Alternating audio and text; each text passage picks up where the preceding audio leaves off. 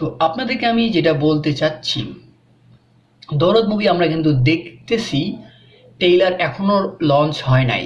কিন্তু বন্ধুরা আমাদের মনে কিন্তু একটা কিন্তু প্রশ্ন থেকেই যায়, দরদ মুভি তো হচ্ছে ইন্ডিয়ার সঙ্গে জড়িতভাবে।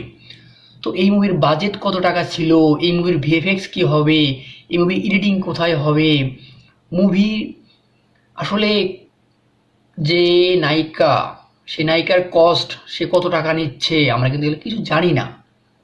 আমরা কিন্তু শুধু দেখতেছি দরদ দরদ দরদ, কিন্তু আসলে বন্ধুরা তা কিন্তু সঠিক না।